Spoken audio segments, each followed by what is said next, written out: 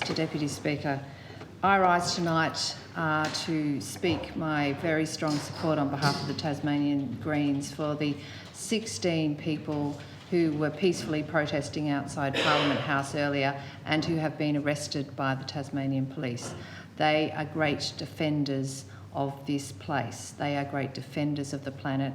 They know what the real issues are, and they are demanding simply one thing: for people in this place to tell the truth and to take action on climate now.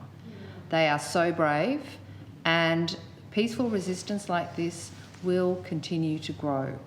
It is growing across the planet. It started just a short year ago, and already on a regular basis we are seeing people putting their bodies and their lives on the line to defend the planet, to defend human survival, to defend the ecosystems, the plants, the animals, the communities who are already experiencing climate breakdown and ecological breakdown. Earlier this year, the United Nations have told us 1 million species are at risk of extinction. Or just a few months ago, their IPCC report on the ocean and cryosphere has told us incredibly grave things about the rising acid levels in the ocean and the inability of the ocean to absorb any more carbon dioxide, the melting of ice caps, the melting of glaciers, and these are things which are having cascading effects already. Communities around the world, Inuits, people of Tuvalu, people of Pacific Islands, people in Afghanistan, people in Dubbo are all having to leave farmlands, leave their place, leave their community, because they can no longer make a life and survive because of the changing environmental conditions.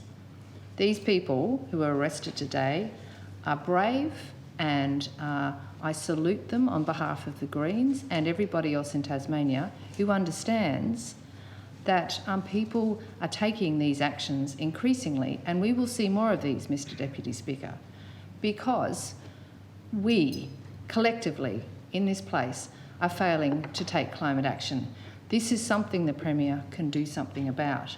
The Premier, this government, can make a statement for climate action, can show the leadership that we need, and can do what we need to do as a state to keep carbon in the ground.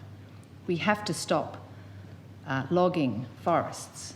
Native forests in Tasmania are being logged every day, and your government, Mr Deputy Speaker, is looking forward on the 8th of April next year to breaking into 356,000 hectares of beautiful carbon-rich forest, which was set aside for reserves and must stay in the ground. It will stay in the ground.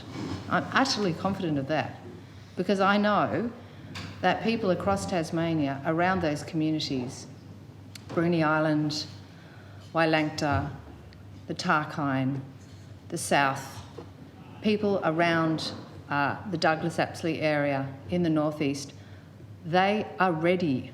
They are primed and ready and waiting to do what they must to defend these trees, the forests, the animals and plants that they support. Not just for the integrity of those forests, the beautiful intrinsic values that they have, but for us as a planet. We will not let this place be taken over like Bolsonaro is taking over the Amazon. We will not let Will Hodgman become Bolsonaro Will. This will not happen in our place because people care about it. And so for the people in the Tarkine, for the Bob Brown Foundation and all the brave people up there who have spent summer after summer defending that magical rainforest in the sumac, they will not leave, despite the fact that logging officials came and told them yesterday that they have to go to put in a road vandalising that beautiful forest. Thank you, Ms Ryler. That's what Forestry Tasmania wants to do. Vandalise that beautiful forest, trash those values. Well, those people won't move. And we have to come to terms with what we have to do in this place. It's not about succour to an industry which is trashing the planet, and it is a violation. It's a criminal act to continue to remove native forests like this government is doing. So it's quite simple. Just no more thermal coal mining in Tasmania, no more native forest logging, and put the money that we save from not trashing the environment, not propping up companies like Taran and Sustainable Timbers Tasmania, so-called Forestry Tasmania in reality, not propping those companies up with public subsidies, putting those monies instead into the restoration of the Midlands, into helping farmers like the Headlands who were here yesterday, hoping that the Liberal and Labor parties would support our no new thermal coal mining motion. But no, it's pretty clear this government's not going to stand up for farmers either. Yeah, what a surprise, Mr Tucker. You're a farmer, but you're not up against the pointy end of big salmon, and you're not up against the pointy end of a coal mine proposal on your property either. And if you were, well, I wonder whether that exploration licence would be granted on Mr Tucker's property in the northeast. Perhaps not. Perhaps some people get to get special dispensations. The fact is, the Premier can talk about processes all he likes. The reality is there doesn't need to be a good or a bad process when it comes to approving coal mines.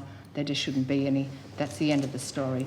So people will keep standing up and getting arrested, because it seems that if they don't do that, that nothing else will get through to this government.